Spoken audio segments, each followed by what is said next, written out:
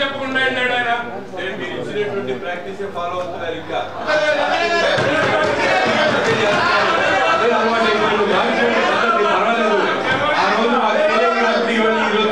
చేయాలని లేదు. అక్కడ కార్పొరేషన్ అధికారులు ఎవరైనా కూడా ప్రోటోకాల్ పాటించవచ్చు.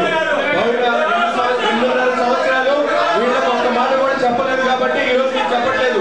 అధికారులు మీరు దాని ముప్పు